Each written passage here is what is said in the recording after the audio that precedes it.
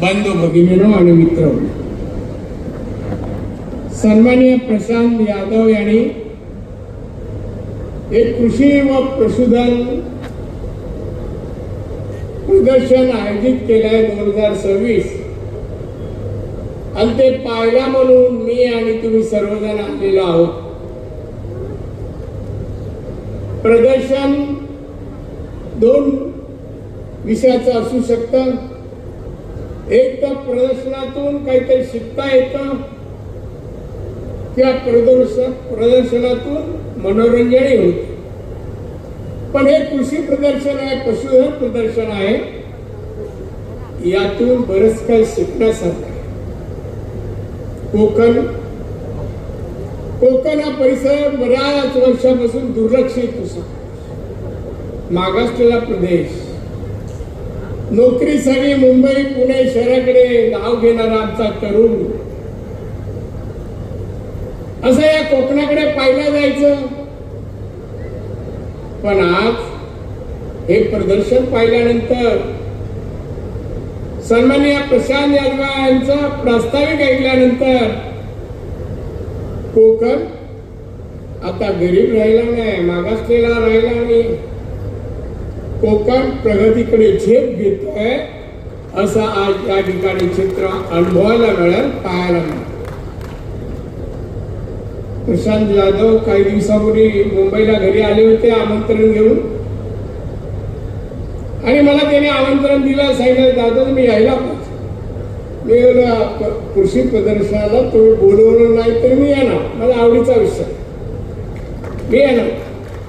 आणि त्याप्रमाणे वेळेवर आलो, लेट अजिबात नाही, वेळेवर. आणि प्रदर्शन पाहून मी थक्क झालो आणि कोणत्या शब्दात माझ्या भाषणात प्रशांत यादव यांचे आभार मानून ते या कोकणी माणसासाठी योगदान देत आहेत, तेव्हा त्यांना धन्यवाद शब्द अपुरा पडेल.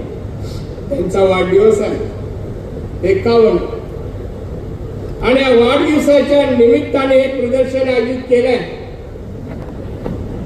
आणि याचा उद्देश काय त्यांनी भाषणात सांगितलं की हा कोकण सबळ, विकसित, समृद्ध व्हायला पाहिजे.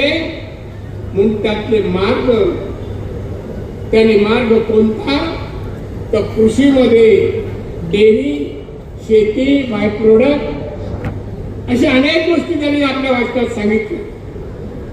बांधवांना आपलं काम काय? Konkan, Ratnagiri, Sindhudurg per capital income, दरडोई उत्पन्न 2.5 लाखाच्या जवळपास आहे. या देशात अनेक राज्य आहेत, त्यांचं 4.5 लाखाच्या वर दरडोई उत्पन्न गेलंय. तामिळनाडू आहे 4.25 लाखाच्या घरात गेलाय. सिक्कीम आहे 4.5 लाख, गोवा 4.60. मग आपला कोकण मागे काय एवढं निसर्गरम्य आहे, समुद्र किनारा आहे, मासेमारी होतं, आंबा, काजू, नारळ, सुपारी, करवंद, आवळे, अनेक प्रकारची फळफळावळ आहे, फणस. मग एवढी आहे बागायती, आणि एवढं सगळं असताना इतका तरुण, इथला माणूस अन्य शहराकडे का धाव घेतो, हे विचार करायला लावणारं आजचं प्रदर्शन. आजचं प्रदर्शन प्रत्येक झाडही बघा, ते एक झाड वर्षाकाठी किती उत्पन्न देतो. ते आंबा असू द्या, काजू असू द्या, नारळ असू द्या, फणस असू द्या, जांभळा असू द्या, काही गोष्टी चविष्ट आहेत, ते काही औषधी आहेत. हे आमचे डोंगर कोकणातले किती औषधी वनस्पती आहे, आपण डुकूनही पाहत नाही. आपण डुकूनही पाहत, कधी आपण विचार करत नाही. मी खासदार झालो आणि मी केंद्रीय मंत्र्यांना एक पत्र दिलं की आमच्या इकडे कोकणात, सिंधुदुर्ग, रत्नागिरी डोंगरामध्ये औषधी किती वनस्पती आहेत त्याचा सर्वे करा आणि आमच्याकडे तशी इंडस्ट्री उभारा. आता सर्वे उन्हाळा चालू झाला ना तर येईल, पण हे येईल, रिपोर्ट येईल. कशापासून काय बनतं, कुठल्या वनस्पती कोणती औषधं बनतात, पौष्टिक कुठली वनस्पती आहे, आंबा खाल्ल्याने काय होतं आपल्या शरीरावर परिणाम, याच प्रबोधन मार्गदर्शन लोकांना करायला पाहिजे, आंबा घेणाऱ्याला करायला पाहिजे. अनेक मुंबईत आणि अनेक ते शोरूम आहेत मोठमोठी, तिकडे बघा बरीचशी चायनीज उत्पादन ठेवलेले असतात. आणि तसंच मी एका दुकानात गेलो मुंबईला. मी आतमध्ये, मला सवय आहे कुठल्या शोरूम मध्ये काही नवीन नवीन गोष्टी पाहिजे. तिथे बांबू एक ग्लासामध्ये ठेवलेले होते. मी सर विचारलं, अरे भाई साहब ये किस काम का है? अरे सर ये घर में रखने से बरकत आती है, पैसे येतात, श्रीमंत व्हायला मिळतं. तर मला वाटलं चला आपण प्रयत्न करूया. मी बोललो क्या प्राइस आहे? 1500. 100 रुपयाचं नाही झाड आणि 1500 हे अकलेचे पैसे, मार्केटिंगचे पैसे. आपण झाडच करतो का? एवढी झाड आहेत. कधी आपल्या वट पौर्णिमेला वडाची पूजा करतो, कधी ग्लासात थोडी माती आणि ते झाड लावून सांगतो का हे पवित्र आहे. हिंदू धर्मामध्ये स्त्रियांची पूजा करतात. कधी प्रयत्न करतो दुकानात ठेवायचं नाही, कधीच नाही. आम्ही पाहतो ते वर्षातून एका दिवशी पाहतो, अशा अनेक गोष्टी. पण आज त्याचं प्रबोधन म्हणा, माहिती आमच्या यादव साहेबांनी वनस्पतीच्या प्रदर्शनात घालून दिली. त्यासाठी आवश्यक काय, मशागत करावी लागते, खत कोणतं घालावं लागतं, पाणी कसं घालावं लागतं, जमीन कशी ठेवायला लागते, उतार हवा का समांतर पाहिजे, त्या सगळ्याची माहिती या प्रदर्शनात ठेवलेली. यादव साहेब तुम्ही माझ्या घरी आलात तर मी एकच वाक्य बोललो. मी प्रदर्शन मला एक हातात ठेवलं, साहेब प्रदर्शनाला या. मी ऐकून आहे तुमचं प्रदर्शन, पण तुम्हाला वेळ झाला कोकणात यायला, की आला असाल हा उपक्रम सुरू करायला वेळ झाला. अगोदर 5-10 वर्ष आले असते त्यात कोकणातली अर्थव्यवस्था वेगळी असती, आर्थिक स्थिती वेगळी असती. ते कोकणातल्या लोकांना वाईट वाटून घेऊ नका, मला काही दोषी देऊ नका. कोकणी माणसाचा एक दुर्गुण म्हणू नका, सवय चांगल्याला चांगलं म्हणायचं नाही, चांगल्याचं कौतुक करायचं नाही. चला त्याचं ऐका, अनुकरण करा, आपण पण 4 झाडं लावूया आणि उत्पन्न वाढूया. अशासाठी आपण काय करत नाव ठेवतो. काय यादव काय करतात ते? किती लोकांनी पाहिलं, किती लोकांनी आंबे लावले, काजू लावले, अमुक लावलं, तमुक केलं.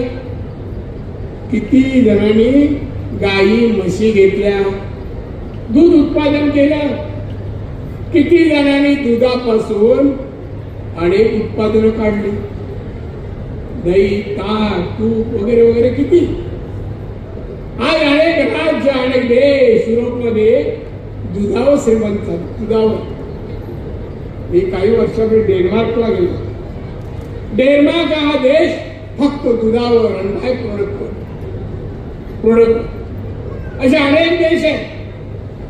पण कोकणात पाणी आहे. 5000 मिली पाऊस कोकणात पडतो. यावेळेला जानेवारीतही पडला. पण हे पाणी शेतीसाठी उपयोगात आणू, चाऱ्यासाठी उत्पन्नात आणू, गाई म्हशी पाळू, दुधापासून अनेक उत्पादन बनवू आणि आपण श्रीमंत होऊ. मुलाबाळांना चांगलं शिकवण्यासाठी श्रीमंत होऊ.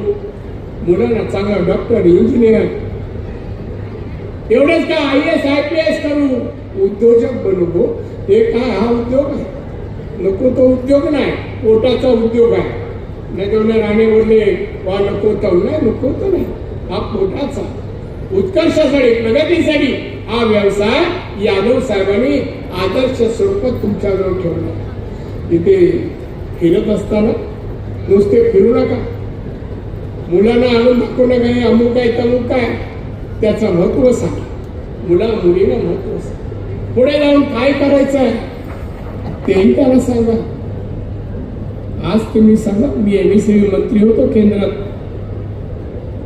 त्यावेळेला माझ्या इकडे 7,40,00,000 उद्योग होते माझे. त्यात आपल्या कोकणातले किती 2%. बाकी सगळे गुजरात, तामिळनाडू, कर्नाटक वगैरे अन्य राज्यातले.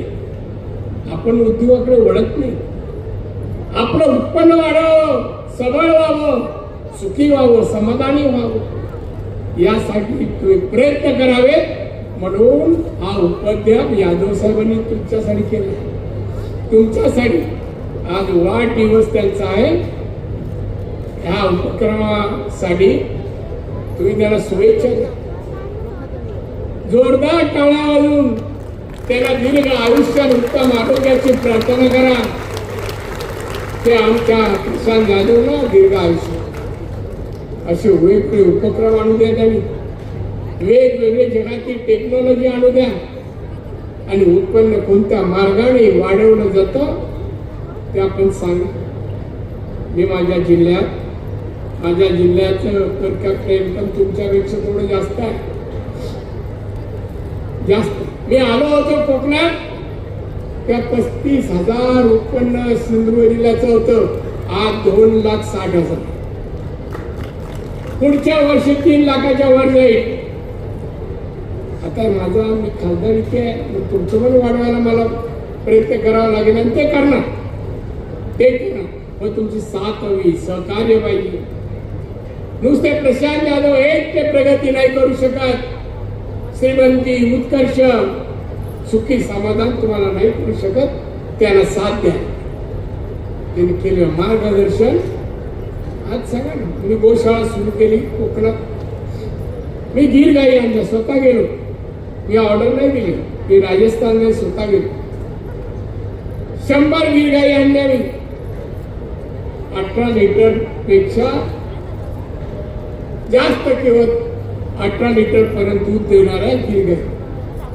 आता गीर गाईचं तूप कसं किलो आहे बघा तुम्ही. आपल्या इकडे लोकांना ओळख पण नाही, मेहनत करायला लागतं. पण आपले लोक गाई, बैल, म्हैस, शेळ्या, मेंढ्या, कोंबड्या पाहत नाही. थोडंफार शिकलो का मुंबई पुण्याला जातो, पोटापुरता मिळाला का आम्ही सुखी होतो. आपली भूक पण कमीच आहे. पण असं म्हणत नाही मी या व्यवसायातून मी पैसे मिळवीन, श्रीमंत होईल, घरच्यांना सुखी करेल. हा संकल्प करून प्रयत्न आपण नाही करत. तुम्ही करावा, करायला लागावा या स्तुत्य हेतूने प्रशांत यादव यांनी हा उपक्रम केला. मला वाटतं यादव साहेब उद्घाटनाचा वेळ चुकला वाटतं. टाळी एकही पडत नाही. मला भूक लागली, मी पोट तिरकीने बोलतोय. पण इथे आता वाजले 30-35 वाजल्या. काय हरकत नाही. पण तुम्हाला मी एक सांगेन, हो मामा जरा बाजूला. आणि म्हणून हे प्रदर्शन अतिशय उपयुक्त आहे. कोकणासाठी उपयुक्त आहे, महाराष्ट्रासाठी उपयुक्त आहे.